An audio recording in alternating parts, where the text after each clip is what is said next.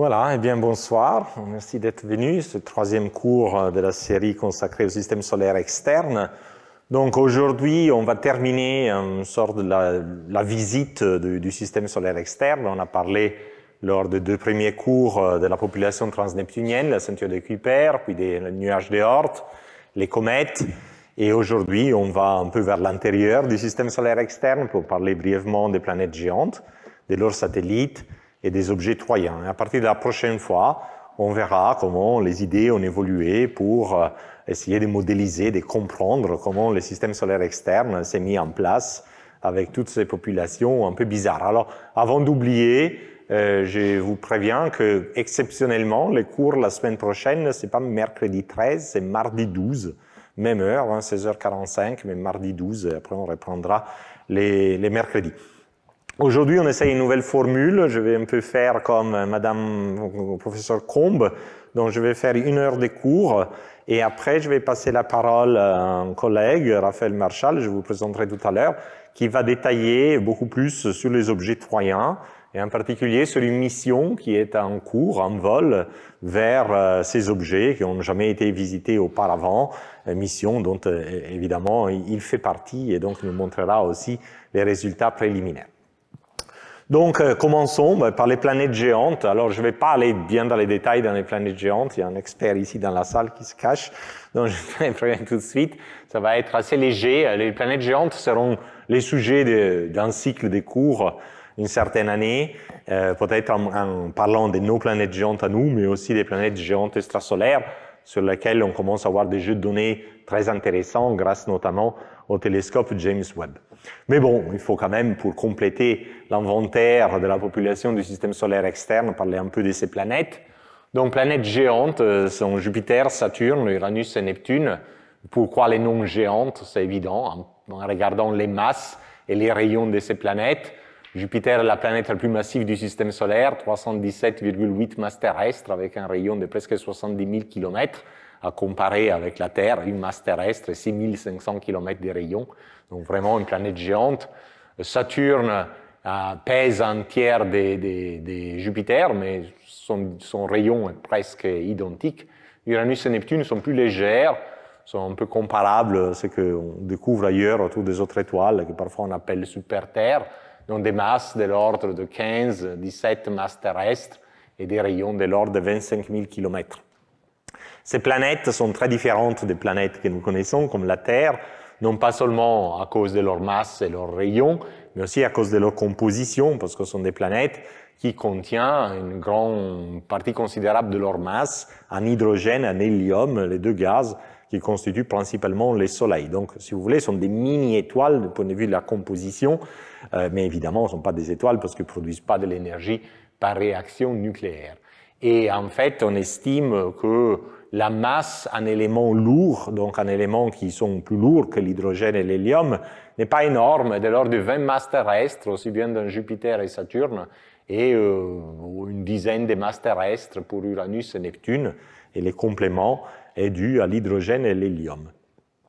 Donc auparavant, on pensait que, j'en ai un peu parlé l'année passée, que les planètes géantes se forment en formant un noyau solide fait des roches et des glaces, et ce noyau est suffisamment massif, une dizaine de masses terrestres, de pouvoir capturer les gaz, l'hydrogène et l'hélium du disque protosolaire et former donc une épaisse, massive atmosphère autour de ces noyaux qui rend à la planète tout entière l'allure des planètes géantes. Et donc, on s'attendait que la structure interne de ces planètes soit vraiment composée d'un noyau solide et d'une atmosphère essentiellement d'hydrogène et d'hélium. Alors, cette vision a été complètement remise en jeu par des résultats récents.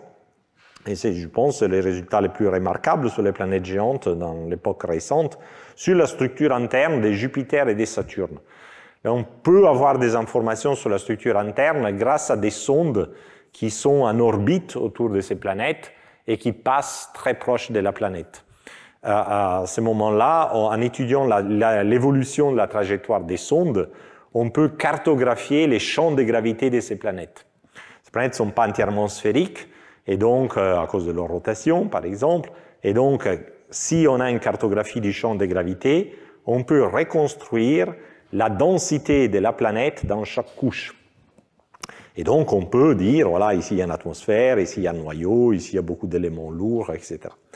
Et la grande surprise pour Jupiter et pour Saturne, pour les deux, a été qu'en fait, il n'y a pas une séparation nette entre un noyau solide et une atmosphère, mais on a ce qu'on appelle maintenant des noyaux diffus.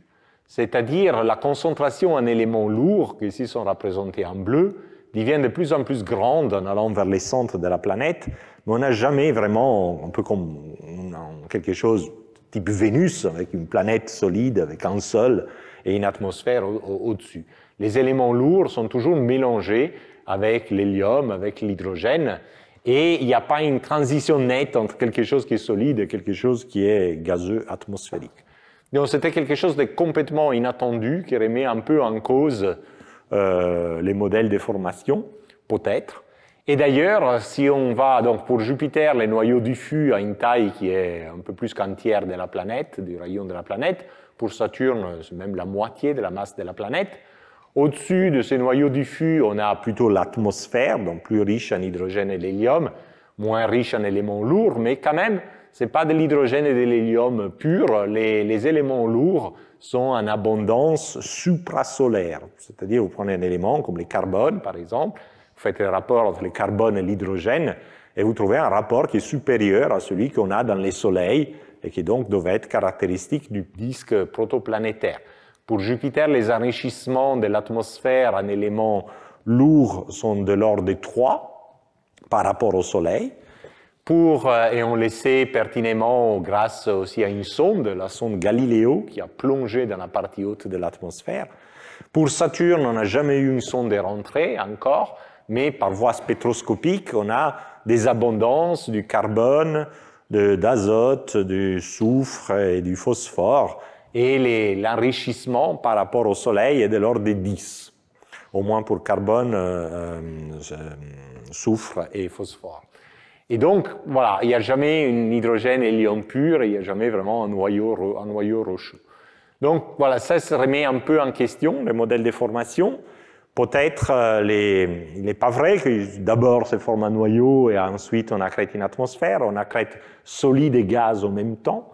Il y a des modèles qui font ça par instabilité gravitationnelle partiellement ou par les processus de pebble accretion. Les planètes commencent à accréter du gaz mais continuent à accréter des solides par les biais des poussières. Donc peut-être c'est des modèles qui sont plus pertinents. Ou alors l'alternative que non, les planètes se forment un peu comme on envisage, donc un noyau solide d'abord d'une dizaine de masses terrestres et une atmosphère après, mais ensuite on mélange les matériels du noyau, du vrai noyau, avec les matériels de l'atmosphère pour avoir à la fois un noyau diffus et une atmosphère enrichie en éléments lourds. Et ce mélange pourrait être dû à l'activité convective qu'il y a dans l'enveloppe, dans l'atmosphère des planètes, qui érode les noyaux à partir de la surface, ou alors il y a même certains travaux qui invoquent des impacts géants. Donc une fois que ces planètes ont commencé à grandir, il y a eu des impacts géants avec d'autres protoplanètes, des tailles peut-être plus que terrestres, et ces impacts géants ont mélangé, ont extrait une partie de la matière du noyau pour la mettre dans l'atmosphère et créer ces noyaux diffus. La situation est assez complexe, aussi la physique à ces niveaux de pression, parce qu'on est dans le domaine des planètes géantes, et température n'est pas tout à fait connue. Il y a des états de la matière bizarres, comme l'hydrogène métallique, où les électrons passent d'un atome à l'autre. Donc c'est vraiment pas facile comprendre l'évolution des planètes, la formation et leur évolution pour arriver à l'état actuel de ces planètes. Mais, comme je disais, je vous en parlerai un jour, ce n'est pas tout à fait mon expertise, mais par exemple, mon collègue Tristan Guillot, certainement, pourrait être un super invité pour un séminaire pour vous parler de tout ça en détail. Pour Uranus et Neptune, on reste plutôt attaché à une vision standard, avec un noyau solide, peut-être fait différencié, avec des roches au centre et des glaces à haute pression plus en surface, avec une enveloppe d'hydrogène et d'hélium au sommet, donc une véritable atmosphère, mais peut-être c'est juste parce qu'on n'a pas de données. Parce qu'en fait, Uranus et Neptune ont juste été vus par des flyby, donc des sondes au passage qu'on visitait, on montrait des photos, mais jamais il y a eu une sonde en orbite autour de ces planètes, donc on n'a jamais cartographié leur champ de gravité, donc on n'a vraiment pas d'informations sur leur structure interne. Alors, il y a une mission sur laquelle toute la communauté mondiale, tant aux États-Unis qu'en Europe, pousse, c'est pour faire une sorte de mission Cassini aux missions Juno, qui sont les deux missions qui nous ont permis vraiment de comprendre la structure interne de Saturne et Jupiter, autour d'Uranus, pour essayer de mieux comprendre ces planètes, ce qui est tout à fait d'actualité, vu qu'il y a beaucoup de planètes extrasolaires, comme je disais, qui ont les mêmes des masses et des rayons comparables à ces deux planètes. Voilà, je n'en dirai pas plus pour le moment sur les planètes géantes, pour par contre passer au monde qui leur tourne autour, qui sont les satellites. En fait, les planètes géantes sont toutes entourées par un grand cortège de satellites, et ces satellites, on peut les distinguer en deux catégories, les satellites réguliers, les satellites irréguliers. Donc les satellites réguliers sont des satellites qui orbitent la planète sur des orbites pratiquement circulaires et à peu près sur les mêmes plans, et ces plans sont les plans équatoriaux de la planète. Donc ce sont des mini-systèmes planétaires autour de la planète, et d'ailleurs sont des systèmes assez semblables à ce qu'on découvre autour d'étoiles naines dans la galaxie, des systèmes comme TRAPPIST par exemple, donc des objets relativement petits autour d'une étoile petite. Ici, bon, la planète est encore plus petite, et les satellites aussi.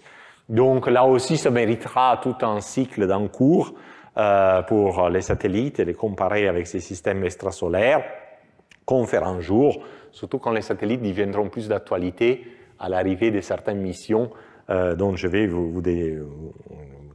me mentionner tout à l'heure. Donc, commençons par Jupiter. Alors, Jupiter a un système de 4 satellites réguliers principaux. Sont Io, Europe, Ganymède, Callisto. Sont appelés aussi les satellites galiléens parce qu'ils ont été découverts par Galilée en 1610. Quand Galilée découvrit ces satellites, immédiatement, il comprit que c'était une découverte extraordinaire pour 2 raisons. Et la première est qu'immédiatement, l'observation de ces satellites démontrait sans équivoque que Ptolémée avait tort. C'est-à-dire Ptolémée, dans son modèle, disait que tous les objets tournent autour de la Terre. Et là, à l'évidence, on a 4 objets qui tournent autour de Jupiter. Donc Ptolémée a tort en absolu. Donc dès qu'on a démontré que Ptolémée n'était pas la vérité absolue, ça ouvre la porte évidemment à l'acceptation du système copernicien. Et donc, on peut imaginer que, bon, vu que pas tout tourne autour de la Terre, pourquoi pas les planètes qui tournent autour du Soleil, ce qui rend les éphémérides beaucoup plus simples. Mais en soi, la découverte des satellites galiléens ne démontre pas les systèmes coperniciens, mais démontre que Ptolémée a tort. Et donc, il ne faut plus les prendre comme la Bible, disons. Et donc, évidemment, c'était une grande révolution. La deuxième raison pour laquelle c'était une découverte extraordinaire, c'est que Galilée se rend tout de suite compte qu'on a découvert là une horloge céleste. Ces satellites tournent autour de Jupiter et un peu comme des aiguilles d'une montre. Et Io fait un tour autour de Jupiter en 42 heures, Callisto, qui est plus loin, en 17 jours. Or, avoir une horloge absolue céleste qu'on peut voir de partout de la Terre est extraordinaire parce que ça permet de calculer la longitude d'où vous êtes. Si vous voulez calculer la longitude d'où vous êtes, donc imaginez c'est l'époque des grandes explorations terrestres, hein, évidemment, il faut savoir quelle est votre heure locale. Ça c'est facile, il suffit de regarder les mouvements du Soleil dans les ciels avec un sextant, vous savez exactement quel est le midi local. Mais il faut savoir quelle est, à le même moment, l'heure au port d'où vous êtes parti, pour lequel vous connaissez la longitude. Et ça, c'est un problème. Comment connaître maintenant quelle était l'heure à Londres? Alors les bateaux, évidemment, ils partaient, ils avaient des sabliers, il y avait quelqu'un qui était chargé de tourner des sabliers pendant toute la navigation. Vous pouvez vous imaginer les erreurs hein, avec les bateaux qui gîtent, les tempêtes, les types qui oublient, les sabliers qui cassent, etc. Et les missions duraient des années. Donc un an plus tard, l'erreur se propage, c'est des heures d'erreur. Et donc les longitudes étaient très très mal calculées. Et ici, Jupiter, c'est une montre dans les ciels. Donc si par le biais de la mécanique céleste, on sait calculer les mouvements des satellites autour de Jupiter pour un endroit donné, mais quand vous observez ces mêmes mouvements ailleurs, vous savez exactement quel est le temps votre port de départ pour lequel on a calculé les éphémérides des satellites. Et en particulier, les satellites, pas seulement leur position dans le ciel, mais ils passent devant Jupiter, passent dans l'ombre de Jupiter, ils passent l'un devant l'autre, l'un dans le cône d'ombre de l'autre, donc ce qu'on appelle les phénomènes mutuels, et sont des moments qu'on peut dater très précisément, estimer très précisément. Et donc, quand vous êtes sur une île déserte, ça suffit d'avoir un astronome qui regarde, et il voit une certaine séquence de mouvements des satellites, certains phénomènes mutuels, occultation, il regarde les tables des éphémérides, il dit « Ah, là, ce transit a eu lieu à 12h30, heure de Londres. » Mais pour moi, ce n'est pas 12h30, c'est minuit de mon jour. Et donc, à partir de là, vous calculez la longitude. Et donc, c'était une découverte qui a vraiment changé la géographie du monde. Et pour vous en rendre compte, il suffit de comparer une carte de la Terre en 1570, donc avant la découverte des satellites galiléens. On avait déjà fait la tour du monde avec Magellan, 1520. Mais vous voyez, par exemple, l'Amérique latine, c'est n'importe quoi. On connaît un peu mieux l'Afrique, mais tout le reste est très, très approximé.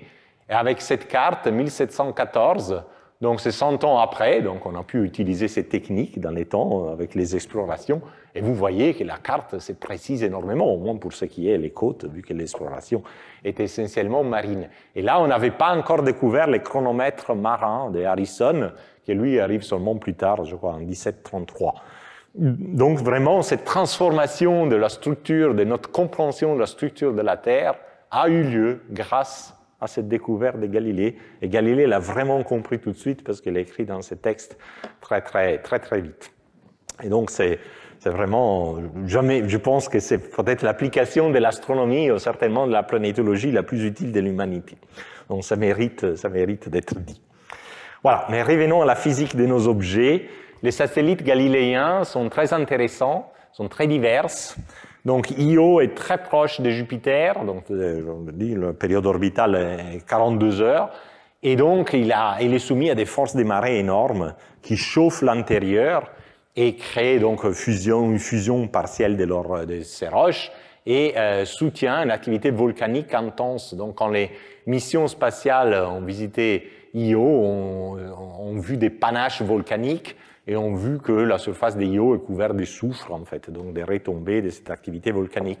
Ce qui est intéressant est que la prédiction que Io aurait dû être volcaniquement actif, et c'est le seul corps céleste du système solaire qui est volcaniquement actif, ça avait été fait théoriquement par Sten Peele et Peter Goldrake, en calculant l'intensité des forces des marées, quelques mois avant l'arrivée de la première sonde Pioneer dans le système de Jupiter. Et quand la sonde est arrivée, c'était une confirmation spectaculaire de la prédiction théorique. Bon, certainement un monde hospitalier pas habitable, à cause de ce volcanisme généralisé, il n'y a pas d'atmosphère non plus. Si on s'éloigne, on arrive à Europa. Europe est très intéressant pour la problématique de l'habitabilité. Donc, c'est un satellite qui est très riche en eau. Vu on est loin, on est autour de Jupiter, il fait très froid, donc évidemment, le satellite est couvert d'une banquise. Une banquise épaisse, une dizaine de kilomètres. Mais on sait pertinemment qu'en dessous, il y a un océan liquide. Et on le sait parce que la surface est toute fracturée, donc c'est une sorte de tectonique des plaques de glace, un peu comme ça que vous pouvez voir, par exemple, sur la baie d'Hudson, quand vous volez en avion vers le nord des États-Unis. Mais aussi, on a mesuré des champs magnétiques induits par les champs magnétiques de Jupiter, parce que cette eau est mobile, elle est aussi salée, donc elle contient des ions, donc, dont la circulation peut créer un champ magnétique induit. Donc il y a bien de l'eau liquide, alors cette eau liquide est maintenue par la chaleur interne qui, elle, est maintenue à cause du chauffage par marée, des déformations par des marées, qui n'est pas aussi fort que pour Io, parce qu'on est plus loin, mais suffisamment fort pour maintenir une couche de glace liquide, une couche d'eau, pardon, liquide. Et cette couche d'eau est en contact avec la surface solide, minérale du satellite et son manteau, et donc on peut avoir tout un échange minéral-eau qui peut être importante pour maintenir une certaine habitabilité dans cet océan liquide, un peu équivalent à ce qu'on a dans dorsale océanique terrestre, où d'ailleurs la vie prospère grâce à l'activité géothermale. Donc Europa est très important pour la recherche de la vie ailleurs dans les systèmes solaires. Il est la cible privilégiée d'une mission de la NASA qui vient d'être lancée il y a une quinzaine de jours, Europa Clipper, qui arrivera à Europa en 2030. Donc voilà, ça sera l'occasion pour vraiment faire un cours sur les satellites des planètes géantes. La troisième lune est Ganymède. Donc c'est la lune la plus grande du système solaire, 5268 km de diamètre. Elle sera la cible par contre d'une mission de l'Agence spatiale européenne, JUICE, qui a décollé en 2023 et va arriver autour de Ganymède en 2031. Donc l'année après des Europa Clipper, on va un peu plus doucement que les Américains, donc on met 2 ans de plus.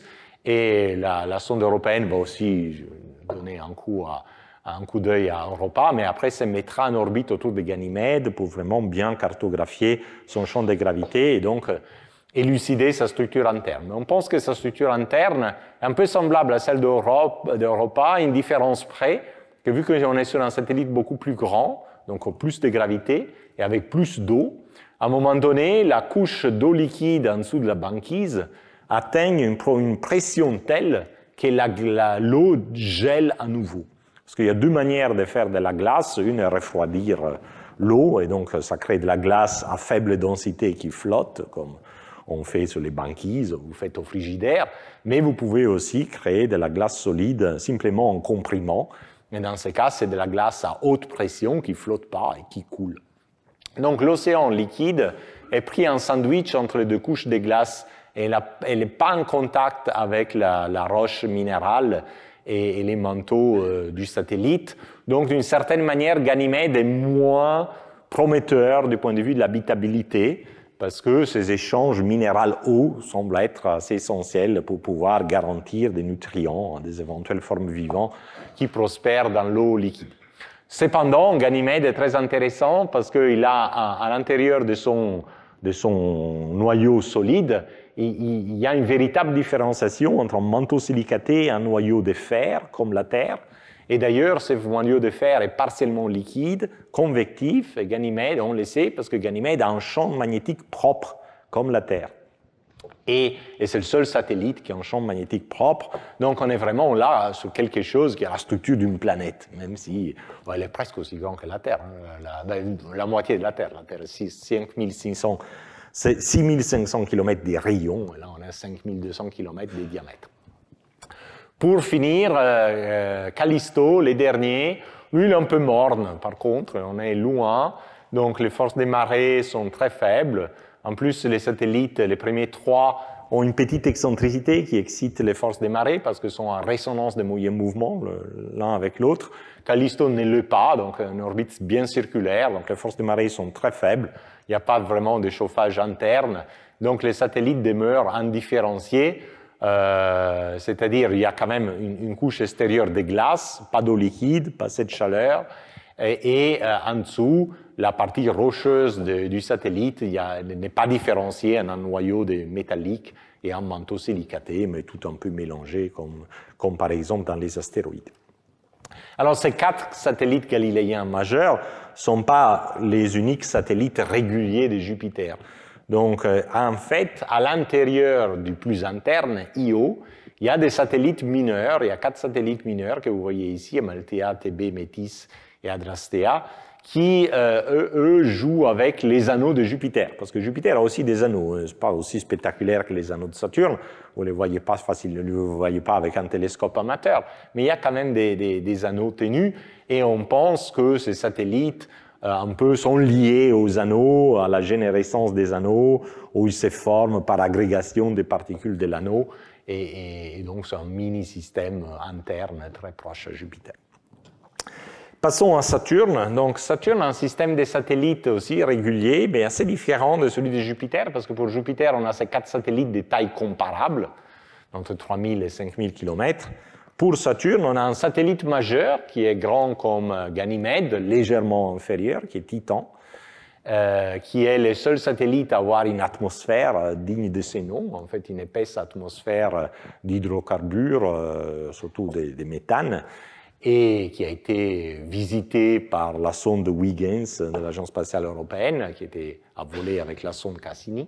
Et donc, on a pas mal d'informations sur l'atmosphère de ces satellites, on y reviendra. Et les autres satellites sont nettement plus petits.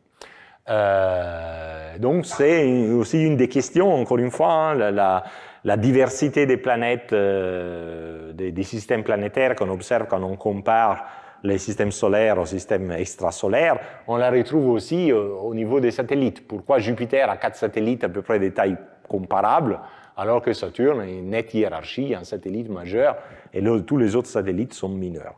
Donc il y a encore là, une fois, hein, si vous vous rappelez, vous avez écouté ma conférence inaugurale sur l'ordre et le déterminisme et stochasticité. Apparemment, il y a aussi des éléments un peu stochastiques dans la formation de ces satellites qui parfois font aboutir un certain système et parfois un système complètement différent. Là aussi, comme pour Jupiter, donc si on prend comme satellite, les satellites réguliers principaux sont Mima, Encelade, Thétis, Dione, Rhea, Titan et Japet. Mais on a aussi des satellites réguliers mineurs. On a Hyperion, qui est tout petit, et qui est assez proche des Titans. Il est en résonance de moyen mouvement orbital avec Titan. Et après, on a, comme pour Jupiter, des satellites mineurs qui sont très proches des anneaux de Saturne et qui se placent là par rapport à Mimas, Encelade, etc. Et là aussi, on pense que ces satellites, en fait, naissent du fait que les anneaux tendent à s'éparpiller, à s'étendre radialement. Et quand l'anneau sort de la limite des roches, les forces de gravité peuvent agréger les grains de l'anneau pour former des satellites. Et donc, on forme des satellites qui ensuite, par interaction avec l'anneau, tendent à migrer vers l'extérieur. Donc, on forme des petits satellites à proximité des anneaux. Et même la mission Cassini a montré un satellite en train de grossir. Et il y a un modèle fait par 2 collègues français, Aurélien Crida et Sébastien Charnoz, qui prédit qu'en fait tous les satellites jusqu'à Titan, donc jusqu'à Rhea, Titan exclu, se sont formés à partir de l'anneau de Saturne, qu'au départ était beaucoup plus massif qu'aujourd'hui, et l'anneau qu'on voit est seulement ce qui reste après 4 milliards et demi d'années. Donc dans ces systèmes, il y a 2 satellites qui sont particulièrement intéressants. L'un est Encelade, l'autre évidemment Titan. Encelade est très intéressant parce qu'encore une fois, on a une structure un peu comme Europa, donc une couche de glace, un océan de liquide en dessous, qui est maintenu liquide par les chaleurs qui se dégagent de l'intérieur du satellite à cause des forces des marées. Et là, on est sûr qu'il y a une activité géothermale parce qu'il y a des geysers qui sortent de ces satellites. Donc là, il y a une activité volcanique à l'intérieur de la partie rocheuse du satellite avec laquelle l'eau interagit. Donc l'eau s'échauffe, bouillonne, crée beaucoup de vapeur. Ces vapeurs sortent à suffisamment de pression pour craquer la couche de glace et vous avez ces geysers qui sortent. Donc là, certainement, dans cet océan, dans cet satellite, on a des activités géothermales tout à fait analogues à celles qu'on a dans les fosses océaniques, dans les dorsales océaniques terrestres. Et donc, on voudrait bien savoir si la vie a pu se développer ou pas. Et vu qu'il y a ces geysers, c'est relativement facile à sonder, alors que pour Europa, il faut penser de creuser, etc. C'est compliqué. Ou alors espérer qu'il y ait de temps en temps des éruptions, aller chercher des matériaux d'éruption des geysers anciens, mais il n'y a pas de geysers en permanence. Là, sur Encelade, il y a des geysers en permanence, donc on peut imaginer des volées à travers ces geysers. La sonde Cassini l'a déjà fait, mais elle n'avait pas tout à fait les instruments pour chercher, par exemple, des formes de vie, ou alors atterrir à la surface et récolter et étudier le matériel qui retombe du geyser à la surface. Et donc, c'est l'objectif de l'Agence spatiale européenne qui a sélectionné pour les prochains voyages 2050 comme objectif principal l'exploration d'Encelade. L'autre grand satellite d'intérêt est Titan, donc parce qu'il est très grand, parce qu'il a une atmosphère, parce que c'est une atmosphère riche en méthane, donc c'est une atmosphère qui est similaire à certains modèles d'atmosphère primitive terrestre. Il y a des lacs d'hydrocarbures à la surface, donc c'est aussi potentiellement un site intéressant du point de vue de l'exobiologie. Là, concernant la structure interne, là on est plutôt comme Ganymède. Donc on a une couche de glace, de l'eau liquide, un sandwich entre 2 couches de glace. Donc, pas trop d'activité géothermale, pas trop d'interaction entre les corps minéraux du satellite et l'eau liquide. Et les corps minéraux du satellite, un peu comme Callisto, il n'est pas différencié en un noyau métallique et un manteau silicaté, parce que Titan est suffisamment loin et les forces des marées ne sont pas suffisamment fortes pour l'avoir fondu à son intérieur. Continuons notre voyage plus loin, donc pour Uranus. Donc Uranus, même histoire. Donc là, on a encore un système de satellites réguliers de taille comparable, de l'ordre de 1000-1500 km. Si on peut rajouter Miranda, 500 km. Donc Miranda, Ariel, Umbriel, Titania, Oberon. Donc voilà, un système plus petit, mais plutôt comparable au système galiléen, 4 satellites de taille comparable. Et ces satellites donc, sont réguliers dans le sens qu'ils tournent autour de la planète sur les plans équatoriaux de la planète. Mais Uranus n'a pas un spin qui est presque vertical de l'orbite, un spin qui est incliné de 98 degrés. Donc en fait, ces objets tournent autour de la planète sur les plans équatoriaux de la planète, mais c'est un plan qui est pratiquement orthogonal au plan orbital de la planète par rapport au Soleil. Et encore une fois, à l'intérieur de ces satellites majeurs, on a tout un cortège de satellites mineurs qui jouent, flirtent avec l'anneau d'Uranus. Uranus aussi un anneau ténu, un peu comme Jupiter. Et là, évidemment, vu que les sondes sont juste passées, n'ont pas pu explorer vraiment ces planètes dans les détails, on a, vous voyez, les niveaux de détail qu'on a sur ces satellites. Ça, c'est une image du satellite Puck, donc les plus grands des satellites, des petits satellites internes. Bon, voilà, c'est même pas une photo mise à point. Neptune est encore plus bizarre, parce qu'on a un système de petits satellites réguliers, équatoriaux, progrades, tournant autour de Neptune dans le même sens de la rotation de Neptune. Ils sont ces satellites-là, donc on en découvre toujours, hein, certains même en 2004. Et après, il y a un satellite majeur, Triton, qui lui tourne à l'envers. Donc c'est un satellite qu'on n'appellera pas régulier parce qu'il est rétrograde par rapport à la rotation de Neptune. Et il est très grand, hein, 2700 km à peu près, c'est le jumeau de Pluton. Donc en termes de taille, en termes de structure, pour ceux qu'on connaît sur la structure de ces satellites, donc on pense vraiment à un objet de type Pluton, qui de quelque manière s'est mis en orbite autour de Neptune, et il est resté là sur une orbite rétrograde. Et si on fait un zoom out, donc Triton donc, est là avec son orbite rétrograde, autour il y a un autre satellite qui est Nereid. Nereid a une orbite prograde, donc comme celle des satellites réguliers, mais son orbite n'est pas du tout un cercle, elle est très très elliptique, et l'inclinaison commence à être une dizaine de degrés, si je ne me trompe pas. Donc Triton et Nereid, évidemment, sont des satellites très différents en termes orbital des satellites que je vous ai décrits jusqu'à présent. Et donc on ne les classe pas parmi les satellites réguliers, mais on les classe parmi les satellites irréguliers. Parce que toute planète a aussi, en plus de leurs satellites réguliers, des satellites irréguliers, qui sont des satellites qui ont des orbites très excentriques et aussi très inclinées par rapport au plan équatorial.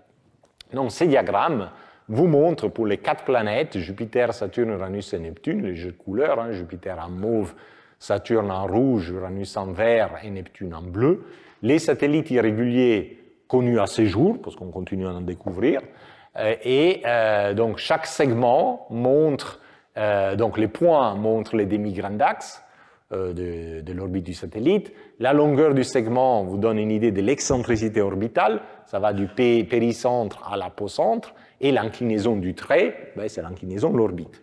Et les objets donc, qui sont ici ont des orbites inclinées mais progrades, donc tournent quand même dans le même sens de la planète, et les satellites que vous voyez par là, en fait, sont rétrogrades, donc tournent dans l'autre sens, comme Néréide, la planète tourne dans un sens et les satellites tournent dans l'autre sens. Alors ici, la distance radiale n'est pas la vraie distance radiale en kilomètres, unité astronomique, etc., a été renormalisée par une grandeur caractéristique qui est les rayons de Hill. Alors, les rayons de Hill, on l'avait introduit l'année passée, c'est les rayons de la sphère d'influence gravitationnelle de la planète, à l'intérieur de laquelle la gravité de la planète domine sur la gravité solaire. Et la taille du rayon de Hill est proportionnelle à la distance de la planète au Soleil, les demi-grands axes orbitales de la planète, et à la masse de la planète par rapport au Soleil, à la puissance entière. Ce qui est important de faire cette renormalisation, parce qu'évidemment, vu que les planètes sont à des distances différentes, ont des masses différentes, les rayons de Hill sont très différents entre elles. Les rayons de Hill de Jupiter, de Saturne, d'Uranus et de Neptune sont significativement différents entre eux.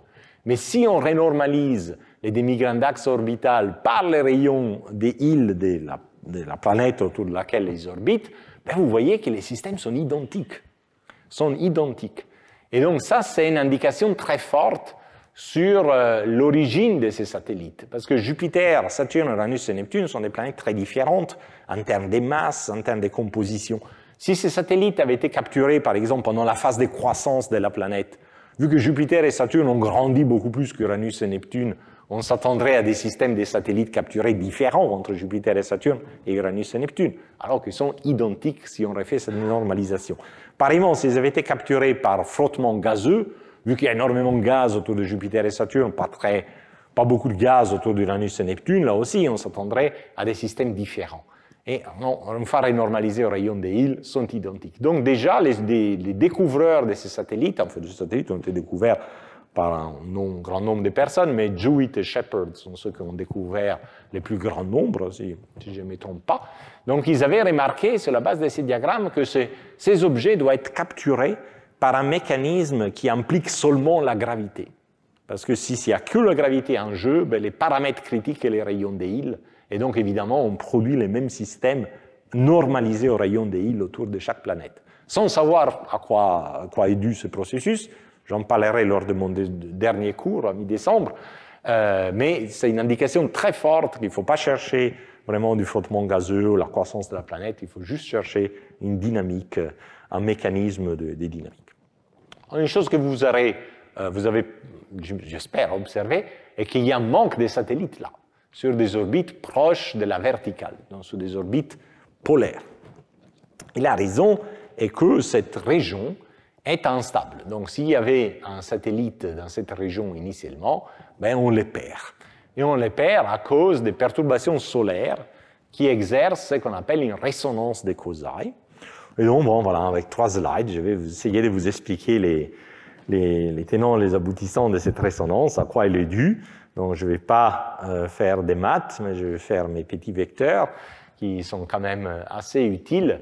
Donc, vous avez ici la planète qui est au centre, un satellite qui tourne autour sur une orbite très inclinée et excentrique. Donc, vous avez un repère qui est les repères de l'orbite de la planète autour du Soleil. Et donc, vous pouvez voir le Soleil comme un perturbateur qui tourne autour de la planète. C'est la planète qui tourne autour du Soleil, mais dans les repères centrés sur la planète, c'est le Soleil qui tourne autour de la planète. Donc, le Soleil est le principal perturbateur du satellite sur cette orbite inclinée et elliptique.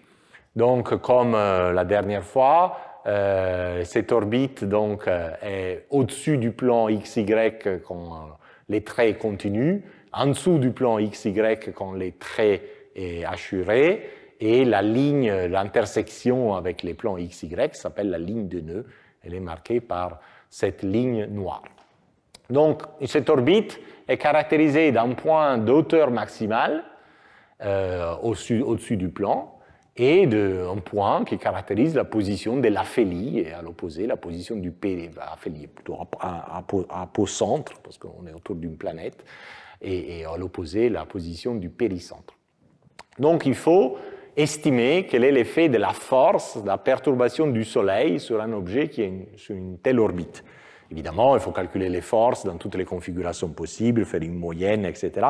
Mais pour faire simple, on peut dire que cette interaction sera dominée par la force principale qui, elle, a lieu quand il y a les satellites et les perturbateurs, donc les satellites et les soleils, sont à leur distance minimale. Donc, on va restreindre notre moyenne avec une unique force, qui est la force majeure, comme je fais d'habitude pour simplifier ce type de calcul. Donc, cette force a deux propriétés, donc elle se décompose en deux composantes, et ces deux composantes sont une verticale, parallèle à l'axe Z, et une radiale, donc alignée, comme le centre de la planète et le Soleil. Et donc, aussi bien la force verticale que la force radiale n'exercent pas un couple par rapport à l'axe Z. Et donc, ça veut dire que la composante verticale du moment cinétique est constante. Et la composante verticale du moment cinétique est donnée par cette quantité, encore une fois, la racine carrée demi grand axe fois 1 moins l'excentricité au carré fois le cosinus de l'inclinaison. C'est constant. D'autre côté, vu que ça c'est la force qu'il y a quand il y a l'approche minimale, par définition d'approche minimale, cette force est orthogonale au mouvement du satellite, au moment où il passe par là. Et donc, si la force est orthogonale, le travail est nul, et donc l'énergie est constante, et donc le demi-grand axe orbital est constant. Donc, cette quantité est constante, mais le demi-grand axe est aussi constant, donc ça veut dire que l'inclinaison et l'excentricité sont anticorrélées. Quand l'excentricité augmente, l'inclinaison diminue. Quand l'excentricité diminue, l'inclinaison augmente. Un peu comme pour la marée galactique que j'avais déjà décrit la semaine passée pour l'origine du nuage d'Oort, parce qu'en fait, c'est à peu près la même dynamique. Seulement qu'ici, on a un point de force, le Soleil, et la semaine passée, on considérait un plan des masses qui étaient les plans galactiques. Mais cette force-là, vu que l'orbite est inclinée, cette composante verticale de la force, elle n'est pas orthogonale au plan de l'orbite. Donc, elle exerce une composante azimutale dans les plans orbitales, et cette force exerce donc une composante azimutale dans les plans orbitales dans la direction du mouvement, parce que ça c'est le mouvement du satellite, et donc accélère, augmente les moments cinétiques. Donc si les moments cinétiques augmentent, ça veut dire que l'excentricité doit diminuer, et vu que l'excentricité et l'inclinaison sont anticorrélées, l'inclinaison doit augmenter. Et ceci est le cas qu'on a si l'aphélie est après les points des distances maximales. Dans les cas où l'aphélie se trouve avant les points des hauteurs maximales, donc l'argument de Perilli est plus petit que 90 degrés, l'autre cas est quand l'argument de Perilli est plus grand que 90 degrés, c'est la même chose, seulement que cette fois la composante azimutale dans les plans de l'orbite est contre les mouvements du satellite, parce que le satellite est en train d'aller par là et la force dominante le tire en arrière. Donc dans ces cas-là, c'est le moment cinétique qui diminue au lieu d'augmenter, ça veut dire que l'excentricité va augmenter, et vu que l'inclinaison et l'excentricité sont anticorrélées, l'inclinaison va diminuer. Donc, ceci veut dire que si vous prenez une des orbites qui ont une certaine inclinaison par rapport au plan orbital de la planète, si cette inclinaison n'est pas très grande, vous avez qu'avec la précession de l'argument de Perilli, l'excentricité reste grosso modo la même, et donc l'inclinaison reste grosso modo la même. Mais si vous avez une orbite plus inclinée, les forces que je décrivais tout à l'heure deviennent importantes, et donc on a que quand l'argument de Perilli est entre 0 et 90 degrés, l'excentricité augmente et l'inclinaison diminue, et quand l'argument de Perilli dans sa précession passe au-delà des 90 degrés vers les 180 degrés, l'excentricité diminue et l'inclinaison augmente. Donc, dans ces diagrammes qui multiplient l'excentricité par les cosinus ou les sinus de l'argument de Perilli, vous avez des mouvements elliptiques.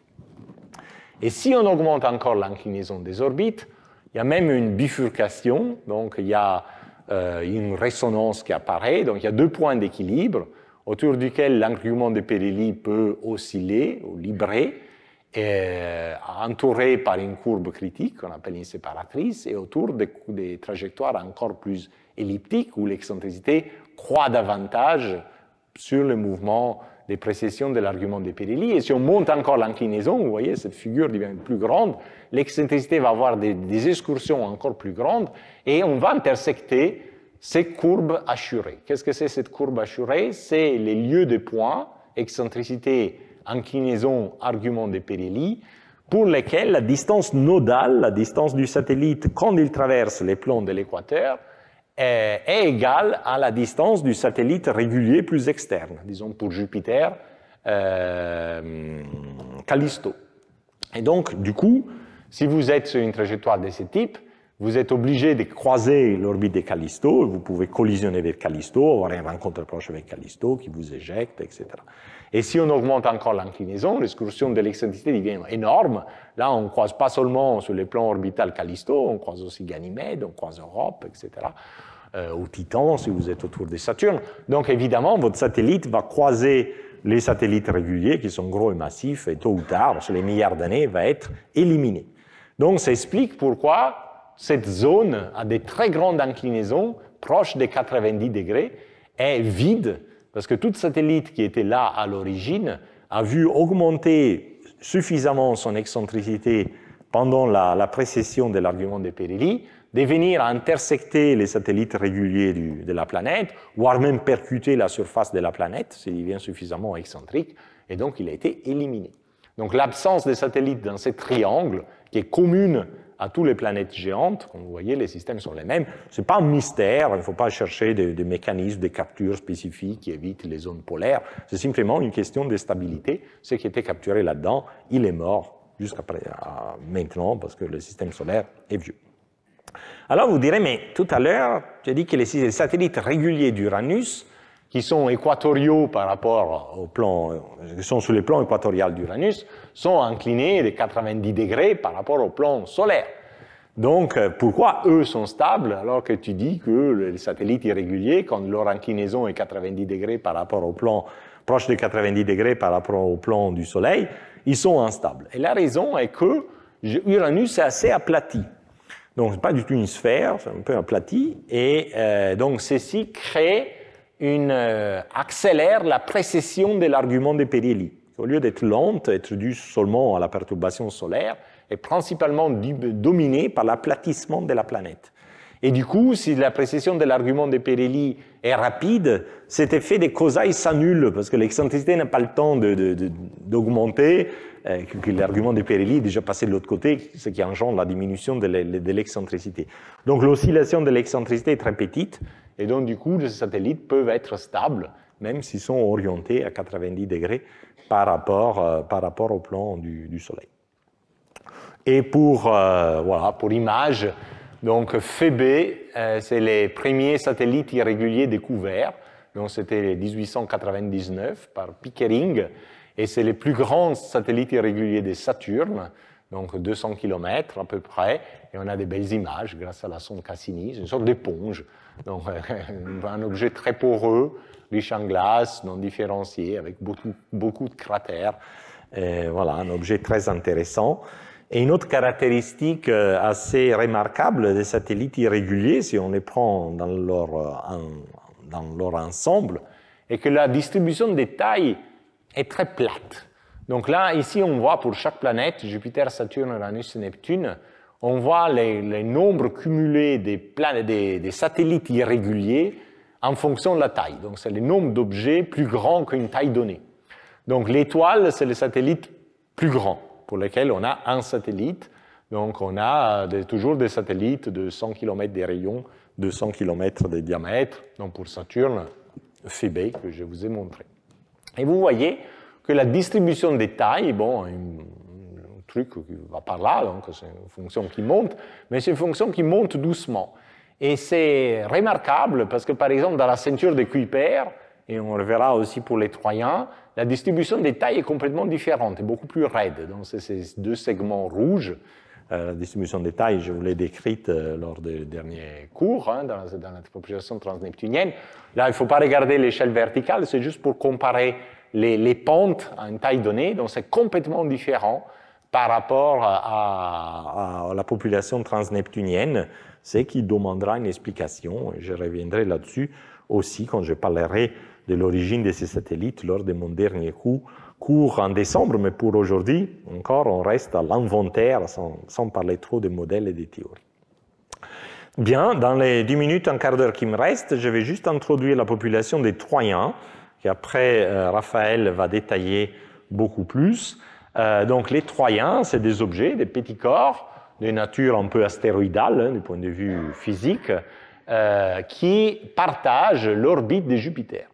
Ils forment deux nuages, l'un qui est derrière l'orbite de Jupiter, autour de ce qu'on appelle les points de Lagrange L5, et l'autre en avant par rapport à l'orbite de Jupiter, c'est ce qu'on appelle les points d'équilibre de Lagrange L4, et donc sont à l'extérieur de la ceinture des astéroïdes, qui est entre Jupiter et l'orbite de Mars. Donc ces objets-là ont la même orbite que Jupiter, ils tournent, sont co-orbitaux de Jupiter, en résonance 1-1. Ils font un tour autour du Soleil en même temps que Jupiter fait un tour autour du Soleil, et gardent donc la même position relative par rapport à Jupiter autour de ces deux nuages. Donc c'est les fameux points de Lagrange. Et je vais juste vous montrer comment on peut relativement facilement déterminer ces points d'équilibre et leurs caractéristiques. Mais pour ce faire, malheureusement, je n'ai pas trouvé une manière graphique pour l'expliquer entièrement, donc je vais passer un peu d'algèbre, des maths, mais ça va être très court, c'est juste 3 slides, et quand on veut se distraire, c'est tout à fait légitime de le faire. Donc, les équations de mouvement, hein, je l'ai dit déjà lors de mon premier cycle l'année passée, s'écrivent peuvent s'écrire en formalisme hamiltonien. Donc, il y a une fonction, la fonction d'Hamilton, que pour les problèmes restreints des 3 corps, s'écrit comme ça. Donc, donc R est le vecteur de la position héliocentrique du petit corps. V est le vecteur de la vitesse héliocentrique, S est la position de la planète, qui a une masse mu, delta est la distance entre la planète et les corps, et ici on a renormalisé les choses de façon que la constante de gravité, la somme de la masse de l'étoile plus la masse de la planète sont égales à 1. Et avoir une fonction, une fonction d'Hamilton, veut dire que les équations du mouvement s'écrivent par les dérivées partielles de cette fonction. Donc l'accélération est due à la dérivée de l'hamiltonien par rapport aux positions, et les vitesses sont les dérivées de l'hamiltonien par rapport au vecteur vitesse. Si on suppose que la planète est sur une orbite circulaire, la norme du vecteur position de la planète est fixe, ne change pas dans les temps. Supposons que ce soit égal à 1. Et donc, vu que la constante de gravité et la somme des masses Soleil plus planète est 1, il tourne aussi à une vitesse oméga égale à 1. Donc, on peut se mettre sur un repère tournant avec la planète, centré sur le Soleil et qui tourne avec la planète. Et dans ces cas-là, l'hamiltonien se transforme dans celui-ci, où maintenant R sont les positions du petit corps dans les repères tournants avec la planète, et V sont les vitesses dans les repères inertiels. C'est un jeu de variables canoniques. Et donc, ça veut dire que toujours, je peux utiliser les équations d'Hamilton pour écrire les mouvements. Hein. Donc, les dérivés des coordonnées, Rx, composantes x, y et z, sont les dérivés de l'hamiltonien par rapport au Vx, Vy, Vz, et les dérivés de la vitesse, composante x, y et z, c'est moins la dérivée de l'hamiltonien par rapport à la composante x, y et z du vecteur position. Ça, c'est les équations d'Hamilton. Donc, l'hamiltonien a cette structure-là. On est dans un repère en corotation avec la planète, donc le vecteur de la planète est fixe. Donc, pour simplifier, on peut choisir les axes pour que sa composante x soit égale à 1, sa composante y et sa composante z soient égales à 0. Donc, du coup, les vecteurs, la norme du vecteur R, c'est juste la racine carrée de la somme des carrés des composantes, et la distance entre les corps et la planète, delta, c'est juste la racine carrée de Rx moins 1, parce que la planète est à 1, plus Ry au carré, plus Rz au carré, parce que la planète est à Ry égale à Rz égale à 0. OK, donc on a ce jeu d'équations, et donc on peut, en écrivant ça, écrire ces dérivés. Et donc vous avez là que ces équations sont Vx plus Ry égale à 0, Vy moins Rx égale à 0, Vz égale à 0. Donc la solution est que Vz égale à 0. Donc il faut être sur les plans, on reste sur les plans, il n'y a pas de mouvement verticaux. La solution de cette équation est que Vy égale à Rx. Donc je peux l'insérer ici. Voilà, ça me donne un Rx ici au lieu du Vy. La solution de cette équation est que moins Vx égale à Ry. Donc je peux le substituer là. Et après, cette équation-là reste celle-ci. Donc, Cette solution, cette équation-là, cette ligne a une solution triviale, Rz égale à 0. Il faut être sur les plans, et on y reste, parce que la vitesse z égale à 0. Donc les points d'équilibre de Lagrange sont sur les mêmes plans de l'orbite de la planète autour du Soleil. Et après, on a ces deux équations-là. Alors ces deux équations-là, il faut réfléchir un tout petit peu plus. Donc prenons la première, cette équation en y. Ben, il y a une solution évidente qui est Ry égale à 0. Donc on est sur les mêmes axes que celui qui rejoint le Soleil avec la planète. Donc les points d'équilibre, s'il y en a, seront collinéaires avec le Soleil et la planète. Donc on va prendre l'autre équation, et on a une équation comme ça, dans laquelle, qui devient, avec cette information que Ry égale à 0, on peut réécrire comme ça, parce que R égale à Rx, et delta égale à Rx moins 1. Donc c'est une équation en Rx, peu d'ordre élevé. Donc on va faire un petit graphique. Hein. Donc ceci est la valeur de cette grandeur, donc la dérivée de la Vx, en fonction de Rx. Et vous voyez que cette fonction est tantôt négative, tantôt positive. Elle passe égale à 0 en 3 points. Et donc, ce vont être les 3 solutions de cette équation.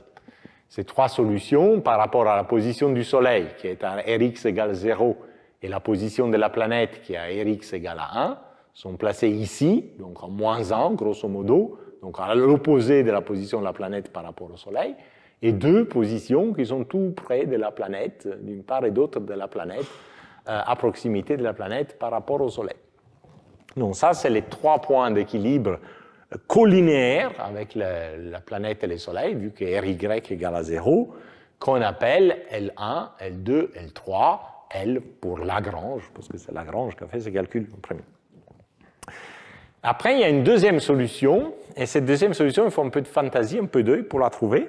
Donc je vais vous aider. Supposez que R, la norme du vecteur distance, soit égale à la norme de delta, la distance, donc la distance entre l'objet et le Soleil soit égale à la distance entre l'objet et la planète, et dans les deux cas, soit égale à 1. Donc, pour vérifier que c'est bien une solution, ben, insérez ces deux valeurs, 1 ici et 1 là, et vous avez ces deux équations-là. Hein. Donc, la première, vous mettez 1 ici, 1 là, vous trouvez ça. La deuxième, vous mettez 1 ici, 1 ici et 1 là, et vous trouvez ça. Et oui, ça, c'est deux quantités identiquement nulles, parce que vous faites la somme des 3 termes, vous trouvez 0. Donc, c'est une solution.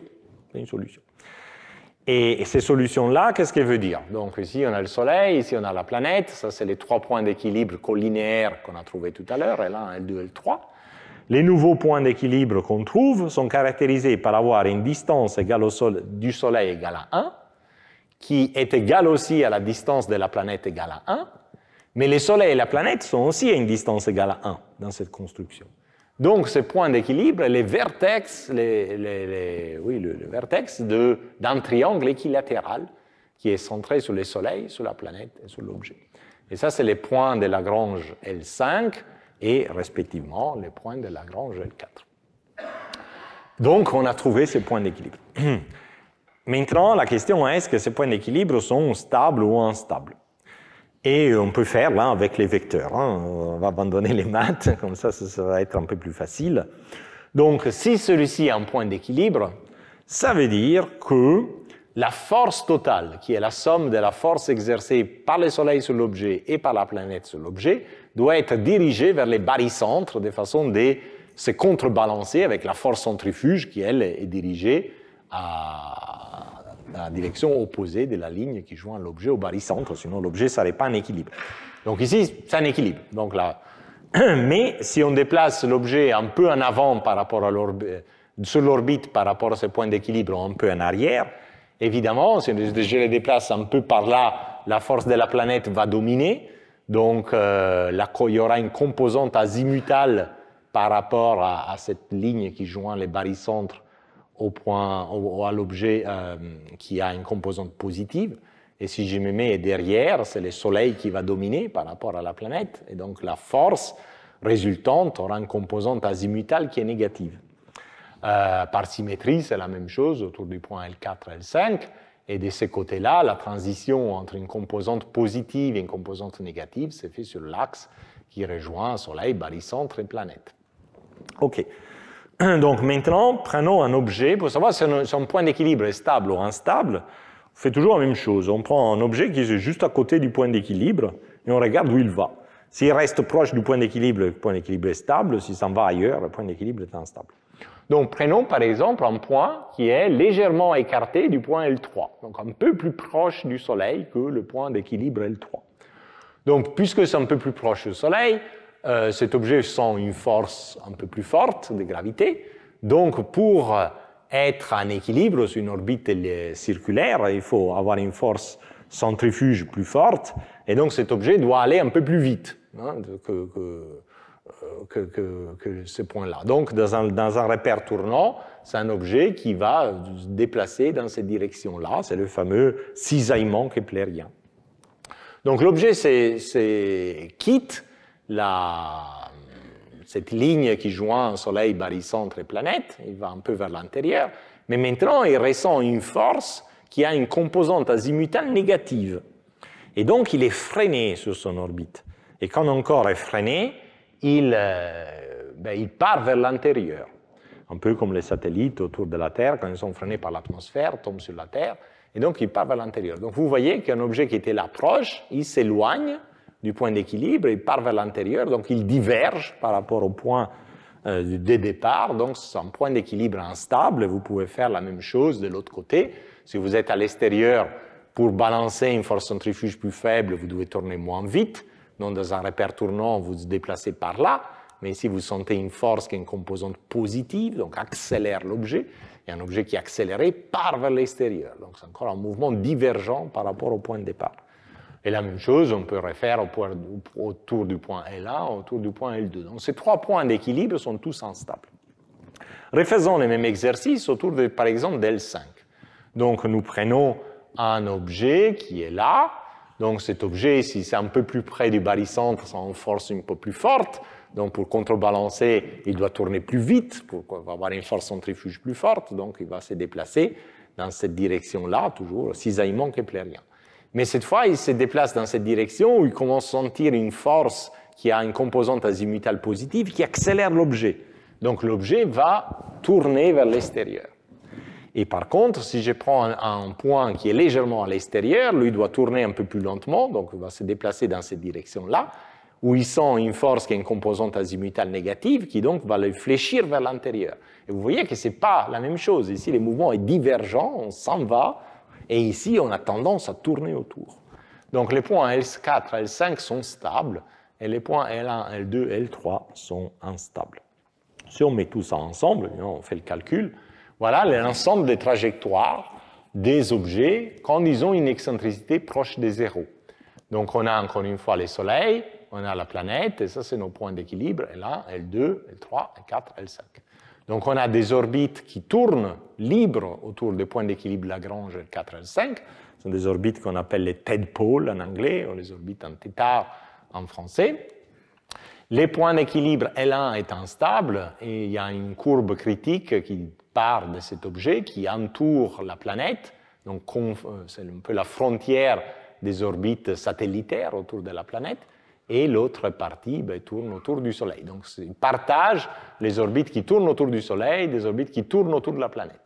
Les points L2, il y a une autre courbe critique qui, elle, va faire ces tours-là, et donc va délimiter la région qu'on appelle la région de la dynamique à fer à cheval, qui est celle que j'avais introduite l'année passée, justement pour les questions de migration dans les disques, les couples de corrotation du gaz, parce que quand une planète immergée dans les gaz ont aussi le même type de dynamique. Les points d'équilibre L3, un point instable, il se trouve au milieu des orbites à fer à cheval, à l'opposé de la planète, et là aussi il y a une courbe critique qui sépare les orbites en θ des orbites en fer à cheval. Si vous êtes à l'intérieur de cette courbe critique, vous librez soit autour d'L4, soit autour d'L5. Si vous êtes au-delà de cette courbe critique, vous faites tout un tour en orbite, je vais faire l'envers, pardon, c'est tout un tour en orbite en fer à cheval de ce type-là. Voilà. Et la taille de cette région de fer à cheval est proportionnelle à la racine carrée de la masse de la planète par rapport à l'étoile. Donc ça, c'est vrai pour des orbites qui ont une excentricité nulle.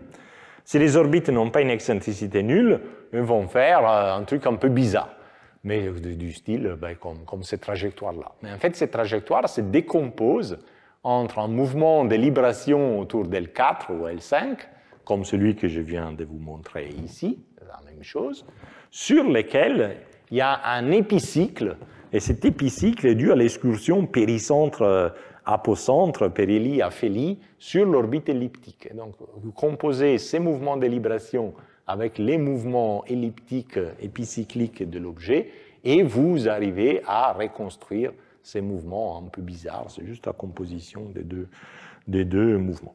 Donc voilà, c'est un peu tard, je m'arrête ici. Donc c'était juste pour dire que l'inclinaison des troyens, même si les points d'équilibre de Lagrange sont sur les plans de la planète, les troyens ne sont pas du tout sur les plans de la planète, ont des inclinaisons assez grandes, mais Raphaël va reprendre ça. Dire que même si la dynamique est parfaitement symétrique entre L4 et L5, il y a plus d'objets réels autour d'L4 qu'autour d'L5, c'est un peu bizarre. Et pour terminer, il y a aussi des troyens, non pas seulement pour Jupiter, mais aussi autour de Neptune. C'est une nouveauté des dernières années. Le premier troyen de Neptune a été découvert seulement en 2001. Aujourd'hui, on en connaît 27. Non, on en connaît 31, pardon. 27 sont autour d'L4, 4 sont autour d'L5. C'est une symétrie énorme, mais c'est dû à des biais observationnels, parce que le point L5 est sur la Voie lactée, vu la position actuelle de Neptune dans ces décades. Donc c'est très difficile de découvrir des objets autour d'L5, on les découvre seulement autour d'L4. Et là aussi, on a des grandes inclinaisons, comme pour Jupiter. Et pour vous donner une idée de combien de troyens il y a, c'est intéressant de comparer les distributions des tailles, donc un nombre d'objets en fonction du rayon. Donc vous avez ici comme référence la ceinture des astéroïdes, et la ceinture de Kuiper, la population chaude de la ceinture de Kuiper. Donc pour les troyens de Jupiter, c'est à peu près ces courbes vertes-là. Donc vous voyez, il y a moins de troyens de Jupiter que d'astéroïdes dans la ceinture principale, mais pas beaucoup moins, hein. C'est juste un facteur 5 moins, 10 pour les grands objets et 2, 3 pour les petits objets. Les troyens de Neptune sont plus nombreux que les troyens de Jupiter, jusque peut-être un ordre de grandeur plus nombreux. Et évidemment, on connaît seulement les très gros et les petits sont difficiles à découvrir. Donc c'est pour ça que leur distribution ici est très, très plate. C'est juste un biais observationnel. En revanche, il n'y a pas de troyens autour de Uranus et de Saturne. Et pour cause, ils sont tous instables. Les jeux de perturbation des autres planètes font aussi que s'il y avait eu des troyens autour de Saturne ou autour d'Uranus, sur une échelle de temps de quelques milliards d'années, ils auraient tous disparu. Donc ça, c'est le nombre d'objets qui survivent en fonction du temps. Vous voyez que par exemple pour Neptune, si vous mettez des troyens autour de Neptune, vous en perdez à peu près la moitié sur l'âge du système solaire, mais la moitié résiste, donc on peut les observer aujourd'hui. Mais autour d'Uranus ou de Saturne, leur nombre chute à zéro en quelques milliards d'années. Et donc c'est normal qu'il n'y en ait pas. Il n'y a rien de bizarre. Hein. Si ces planètes avaient des troyens, ils les ont perdus. Et donc, petit résumé à retenir avant la pause et les séminaires de Raphaël, est donc que les planètes géantes contiennent une grande quantité de gaz, d'hydrogène et d'hélium, autour d'un noyau solide, mais qui est diffus. Au moins pour Jupiter et Saturne, on ne sait pas pour Uranus et Neptune. Sont entourés d'un cortège de satellites sur leur plan équatorial, qu'on appelle satellites réguliers, semblables à des mini-systèmes planétaires. Plus loin, ils sont entourés d'un cortège de satellites irréguliers avec des orbites excentriques et inclinées, souvent rétrogrades, qui rappellent un peu les nuages de Oort pour les soleils. Ils sont autour des planètes, pas autour du Soleil. Les orbites polaires n'existent pas pour les satellites irréguliers parce qu'elles sont toutes instables à cause de la résonance des causailles induite par les perturbations solaires. Jupiter et Saturne sont accompagnés d'objets troyens qui librent autour des points de Lagrange L4 et L5, souvent sur des orbites inclinées, une certaine asymétrie entre L4 et L5, et en revanche, Uranus et Saturne n'ont pas de troyens parce qu'ils sont tous instables. Donc faisons la pause, 10 minutes, et après je vous introduirai Raphaël, et je lui donnerai la parole pour parler davantage des propriétés physiques des troyens, de Saturne surtout, un peu de Neptune, et de cette mission qui est en route pour les explorer de près. Merci.